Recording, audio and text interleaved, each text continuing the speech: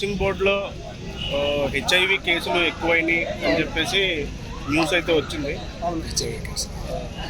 అది ఏంటి సార్, అది ఎంతవరకు నిజం, ఎలా చూడొచ్చు అంటారు?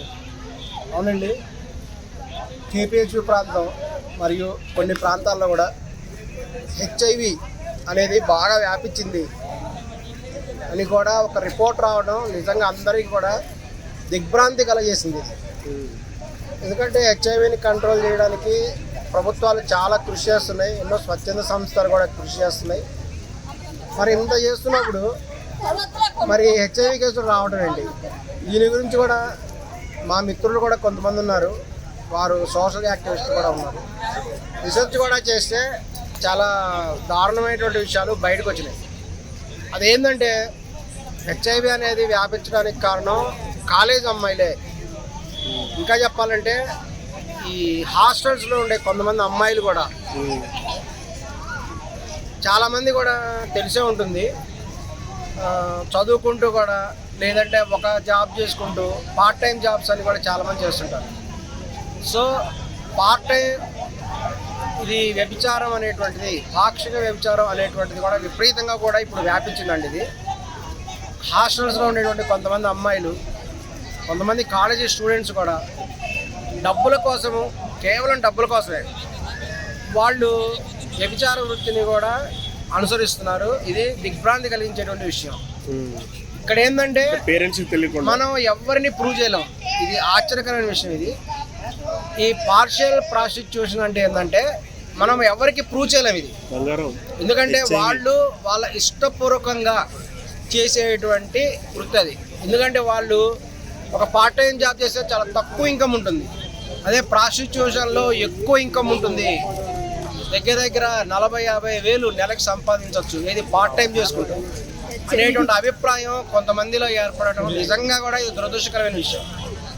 అందులో ఏంటంటే ఇప్పుడు కొన్ని ఏరియాల్లో లేడీస్ హాస్టల్స్ ఏర్పడటం వల్ల వాళ్ళు ఏం చేస్తున్నారంటే హాస్టల్స్లో ఉంటారు, పేరెంట్స్ కంట్రోల్ ఉండదు, అమ్మ నాన్న కంట్రోల్ ఉండదు, ఇతర బంధువులు ఎవరికి కంట్రోల్ ఉండదు. సో వాళ్ళు వేరే ఊరు నుంచి వచ్చి ఉంటారు కాబట్టి వాళ్ళ మీద ఎటువంటి కంట్రోల్ ఉండకపోవడం వల్ల కొంతమంది ఈ డబ్బు సంపాదన కోసం ప్రాస్టిట్యూషన్ అనేటువంటిది రహస్యంగా చేస్తున్నారు అనేటువంటిది వాస్తవం.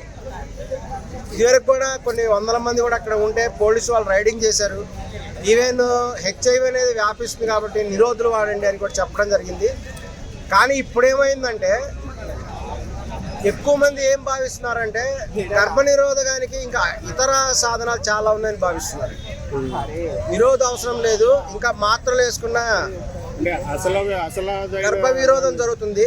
నిరోధం వేసుకోవడం వల్ల అంత సాటిస్ఫాక్షన్ ఉండదు, తక్కువ అమౌంట్ వస్తుంది, నిరోధం వేసుకుంటే ఎక్కువ అమౌంట్ వస్తుంది అనేటువంటి అసలు ప్రమాదాన్ని మైండ్ లో పెట్టుకోవట్లేదా? అసలు జరిగే ప్రమాదాన్ని మైండ్ లో వాళ్ళు ఏంటంటే అసలు నమ్మలేరు. ఇప్పుడు వాళ్ళు హెచ్ఐవి పేషెంట్ అని ఎవరు కూడా వాళ్ళని నమ్మలేరు, అట్లా ఉంటారు. ఈ స్టార్టింగ్ స్థాయిలో కూడా ఉన్నప్పుడు మరి ఎవరిని కూడా గుర్తుపట్టలేరు. బయట ఏంటంటే ఇప్పుడు టెక్నాలజీ బాగా పెరగడం వల్ల గర్భం వచ్చినా గర్భం తీసుకోవడం చాలా ఈజీ అనేటువంటి అభిప్రాయం కూడా ఏర్పడింది కాబట్టి ఏంటంటే విచ్చలవిడి కూడా ఎంజాయ్మెంట్ కూడా పెరిగిపోయింది. దీన్ని ఎవరు కంట్రోల్ చేయలేరు, పోలీసులు కూడా కంట్రోల్ చేయలేరు. ఎందుకంటే వాళ్ళ ఇష్టపూర్వకంగా వాళ్ళు చేసేటువంటి దాన్ని ఎవరు ఆపుతారు? సో వాళ్ళు వెళ్తున్నారు, రోజుకి 1000-2000 రూపాయలు సంపాదించుకుంటారు. ఇదంతా కూడా రహస్యంగా జరుగుతుంది, ఎవరికి పట్టించలేము, ఎవరు దొరకరు కూడా, దొరికినా మన సాక్ష్యాలు చూపించలేము. సో ఈ పాక్షిక వ్యభిచారం అనేది కొంతమంది వృత్తిగా తీసుకుంటున్నారు. ఇది నిజంగా చాలా భయంకరమైన పరిణామం. ఇది సమాజంలో లాంగ్ రన్లో చాలా చాలా భయంకరమైన పరిణామాలు దాల్చేస్తుంది. ఈవెన్ కొంతమంది గృహిణులు కూడా ఈ పాక్షిక వ్యభిచారం అనేది కూడా చేస్తున్నారని కూడా ఉంది.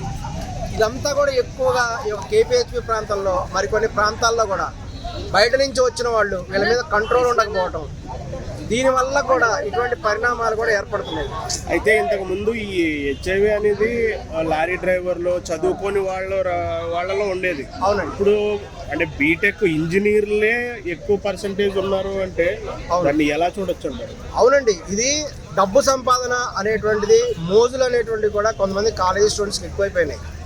మరి వాళ్ళకి భారీ స్థాయిలో డబ్బులు కావాలి, భారీ స్థాయిలో మెయింటైన్ చేయాలి. మీరు చూడండి, కొంతమంది గుడిసెల్లో ఉంటారు, చిన్న చిన్న తక్కువ ఇన్కమ్ గ్రూప్లో కనబడతారు. మనకి లో ఇన్కమ్ కాదు, వెరీ లో ఇన్కమ్ గ్రూప్లో కనబడతారు. వాళ్ళ ఇంట్లో ఆడపిల్లలు స్మార్ట్ ఫోన్లు మెయింటైన్ చేస్తున్నారు. మరి అంత తక్కువ ఇన్కమ్ ఉన్న వాళ్ళకి స్మార్ట్ ఫోన్ ఎలా మెయింటైన్ చేస్తున్నారు, స్మార్ట్ ఫోన్ రీఛార్జ్ ఎలా చేస్తున్నారు అంటే అక్కడ సిగ్గుపడాల్సిన విషయం ఏంటంటే కొంతమంది పేరెంట్స్ కూడా ఎంకరేజ్ చేస్తున్నారు. పేరెంట్స్ కూడా ఎంకరేజ్ చేసి ఒక ఆడపిల్లకి, ఒక 18 ఏళ్ళు 19 ఏళ్ళు ఉన్న ఆడపిల్లకి 20,000 30,000 చేసే స్మార్ట్ ఫోన్ ఎక్కడి నుంచి వచ్చింది? అదేమంటే గిఫ్ట్గా ఇచ్చారు. గిఫ్ట్గా ఎందుకు ఇస్తారు ఎవరైనా? బేబీ సినిమాలో కూడా డైలాగ్ ఉంది, ఆ అమ్మాయి హీరోయిన్కి గిఫ్ట్గా ఇస్తారు బాయ్ ఫ్రెండ్. హీరోయిన్ వాళ్ళ నాన్న క్లియర్గా అడుగుతాడు, వచ్చిన 20,000 రూపాయల గిఫ్ట్ నీకు ఎందుకు ఇస్తాడు, నీ నుంచి అతను ఏదో ఆశిస్తున్నాడు అని కూడా చెప్తారు. అటువంటి తీసుకోకని చెప్తారు. కానీ హీరోయిన్ వాళ్ళ అమ్మ ఎంకరేజ్ చేస్తుంది.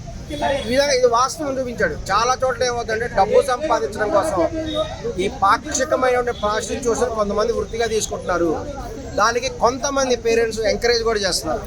సో వీళ్ళు డబ్బు సంపాదన కోసం చేయడం వల్లనే వాళ్ళకి ఇటువంటి రోగాలు పాల్గొంటారు.